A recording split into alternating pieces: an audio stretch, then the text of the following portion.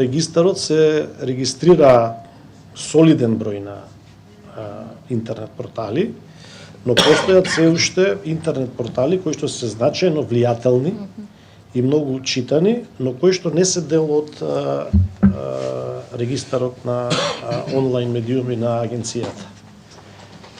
Ние сме го анализирале тоа зошто е тоа така, а тоа сега се повторува и со инфлуенсерите. Кај интернет порталите не треба да плаќаат никаков надомест кон агенцијата, затоа што ќе бидат дел од регистарот. Но треба да доставуваат извештаи за тоа од каде им се приходите. И сметаме дека е тоа најголемата причина зошто не сакаат да се регистрираат. Ако достават извештаи, буквално на тацта ќе добие јавност информацијата од каде им доаѓаат финансиските средства, а тие тоа не сакаат да го откријат пред јавноста. Ова се пресликува и во делот на изборите, кога во ДИК се регистрираат по 230-240 интернет портали, а мислам дека во агенцијата се регистрирани 47 или 50.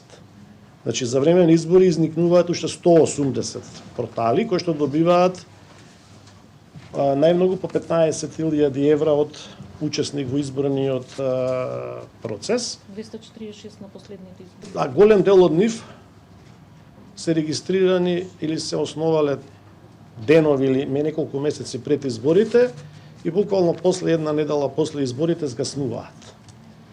И освен тоа учествуваат портали кои што се регистрирани во странство, во Косово, во Албанија, во Србија, во Данска, портали кои што апсолутно немаат никаква информативна улога. Сега, чисто да сватат учесниците на дебата, денес имавме еден портал од Србија, grammofonskiplочи.rs, добил пари и се регистрирал во ДИК.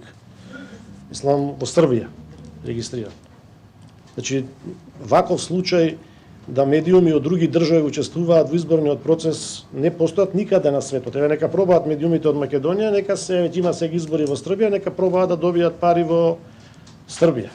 Дали тие ни се сега тука најблиску. Затоа, за да се справиме со ваквото ширење на дезинформации, лажни вести, кои што се многу значајни, можат да влијат на нашата иднина, посебно во процесот на изборите, бидејќи граѓаните треба да бидат информирани за политиките кои што ги нудат или би ги спровели учесниците во политичкиот процес и врз база на тоа да донесат здраворазумна одлука за кого би го дале својот глас.